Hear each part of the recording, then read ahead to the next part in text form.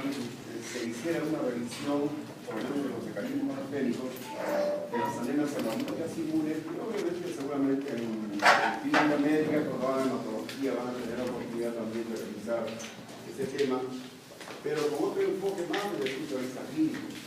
En cambio, acá vamos a ver más desde el punto de vista patogénico, ¿no? El problema de las anemias hemolíticas inmunes, como lo vamos a ver, el siguiente.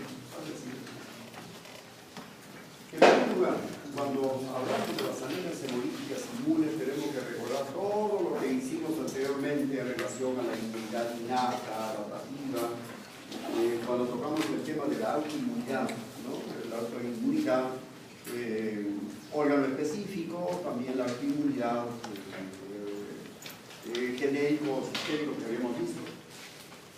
Todos sabemos de que el sistema inmunológico tiene una característica importante, cuál es el de diferenciar lo propio de lo ajeno.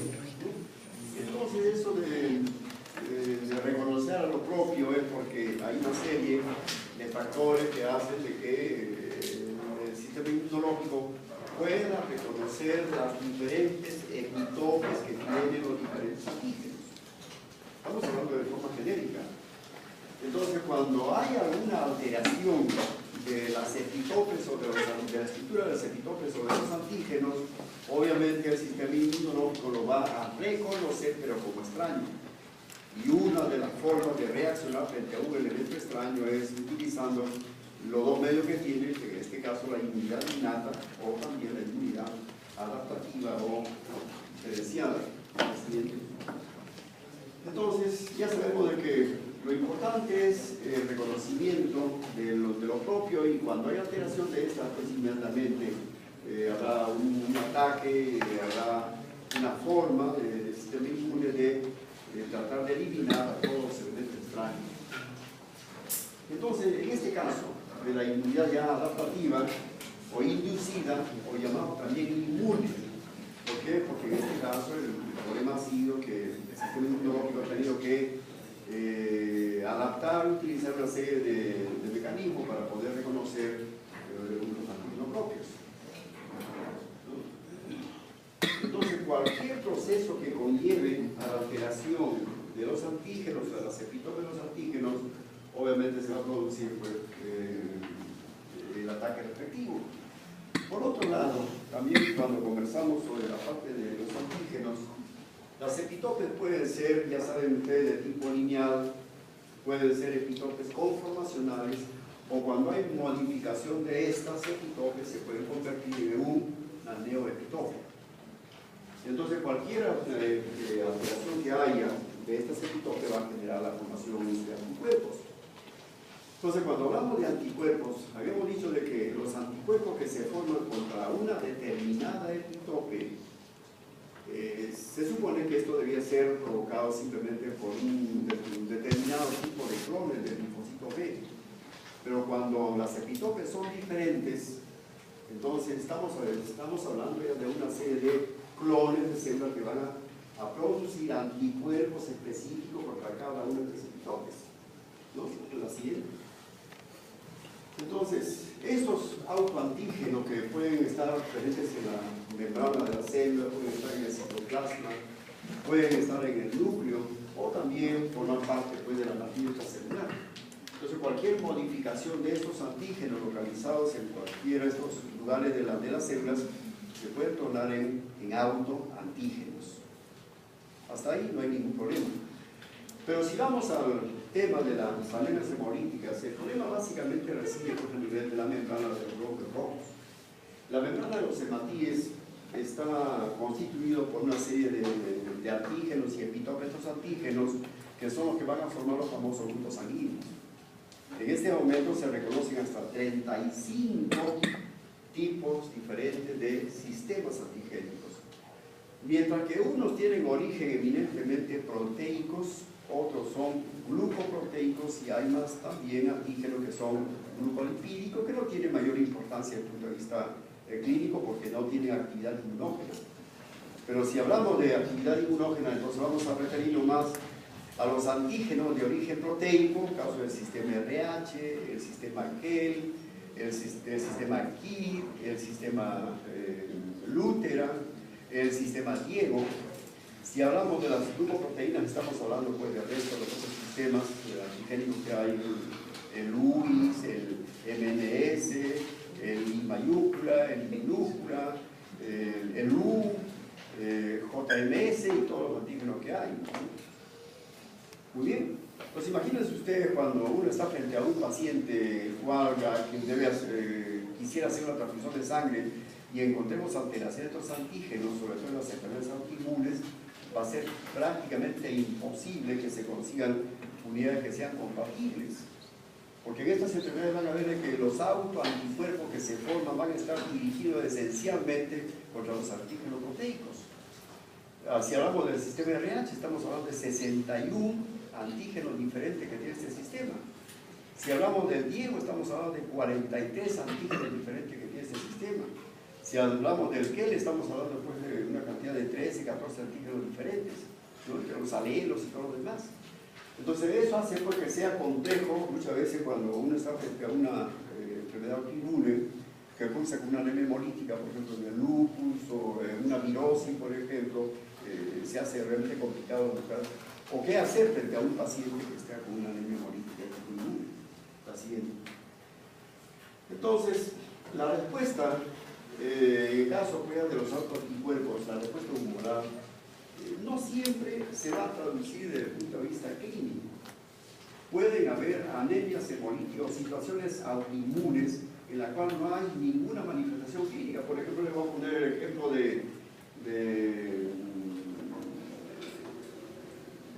durante el embarazo.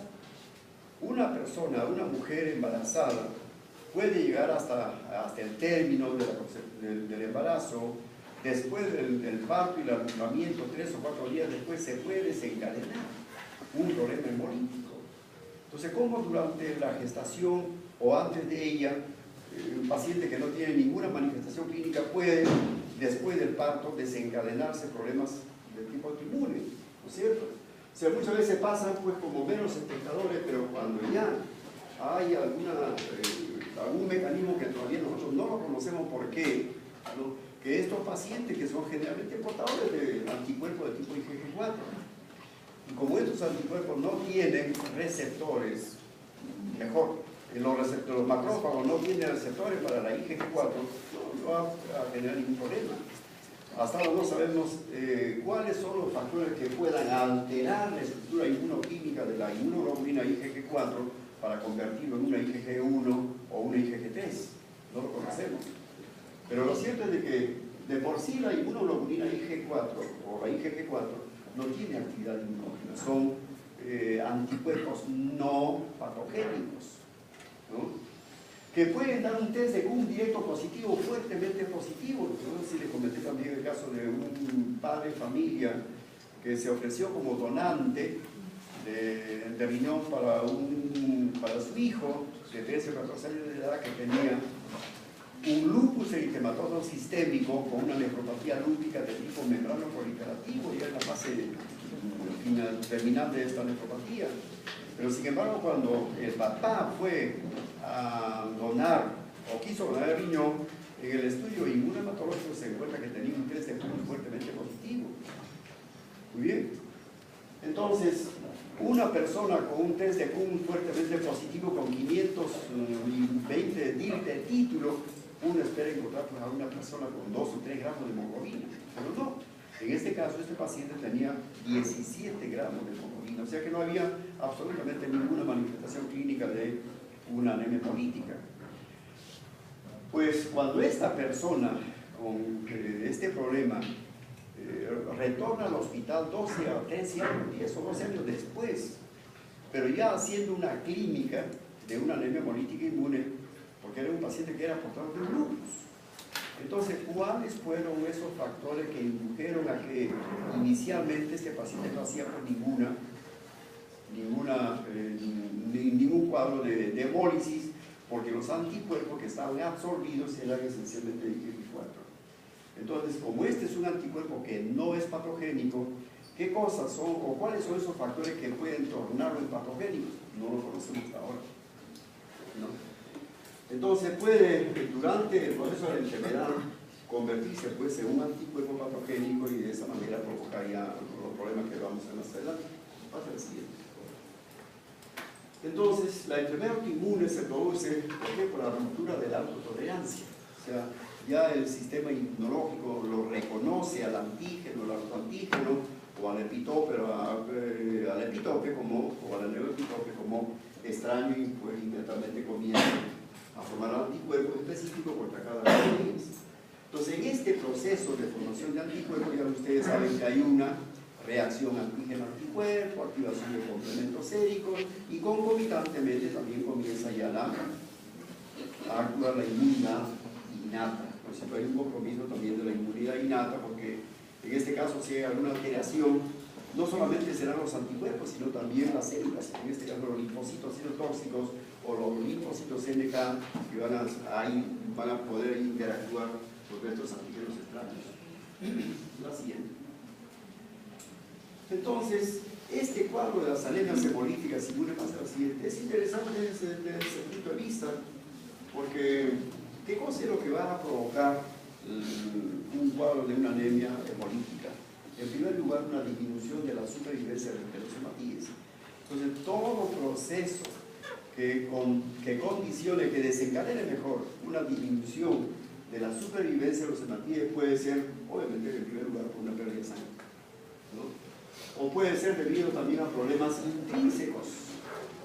Ahí tiene usted todas las anemias hemolíticas por defectos de la membrana de los glóbulos rojos, enzimopatía, las hemoglobinopatías, ¿no? Y estarían dentro de este grupo de las reacciones hemolíticas de tipo intrínseco. Las anemias hemolíticas por hemólisis intrínseca generalmente son debidas a ¿qué? A la presencia o a la absorción de sustancias químicas sobre la membrana de los hematíes, que pueden ser anticuerpos, que pueden ser fármacos, que pueden ser también agentes infecciosos, básicamente virales, como vamos a ver más adelante. De esto, los anticuerpos pueden ser tipo IgG, puede ser una mixtura, una mezcla de IgG con complemento, o IgM con complemento, puede ser también una IgG, IgM e IgA, pero que generalmente no provocan cuadros clínicos, pero hay casos de anemias hemolíticas con test de PUM directos positivos, tanto para IgG, para IgM o IgA. La siguiente. Entonces, miren, dentro de la clasificación de las anemias hemolíticas, vamos a tener pues las anemias hemolíticas hereditarias, o sea, las intrínsecas. Ahí tienen los casos de ferocitosis, eritrocitosis, hemoglobinopatías, enzimopatías. O sea, son anemias hemolíticas generalmente test de PUMs negativos. En este caso no hay ningún problema de tipo inmunológico. Tienen ustedes el grupo de las anemias hemolíticas adquiridas. Dentro de este grupo de las adquiridas tienen ustedes a las anemias hemolíticas inmunes por anticuerpos calientes, ¿no? Y dentro de este grupo de los anticuerpos calientes tienen ustedes pues, una serie de enfermedades que lo vamos a ver más adelante. Pueden ser provocados por anticuerpos fríos, o también puede ser provocado por un anticuerpo que es de tipo IgG, que lo vamos a ver más adelante, que es bifásico, en la hemoglobinuria paroxística fría. Luego, estas anemias hemolíticas inmunes también pueden ser de origen autoinmune. En este caso, si estamos hablando de anemias hemolíticas autoinmunes, son inducidos. Ejemplos tienen ustedes a la enfermedad hemolítica del recién nacido, y lo más clásico, ¿no? lo más conocido, que son las anemias hemolíticas post-transfusionales, ¿no? de acción inmediata, también como vamos a ver después. También pueden haber anemias hemolíticas por el defecto de drogas, puede ser por un efecto tóxico directo o por otros mecanismos. En este caso de las drogas pueden ser por efecto de un apteno, puede ser por absorción de complejos inmunitarios, medicamentos que pueden modificar la estructura de la membrana de los hematíes, que pueden finalmente inducir anemias hemolíticas. Anemias hemolíticas por fragmentación eritrocitaria, las microhepáticas, la hemoglobinuria paroxística nocturna, y tienen pues también una serie de anemias hemolíticas, en este caso que puede ser provocado por agentes infecciosos, para un parásito como el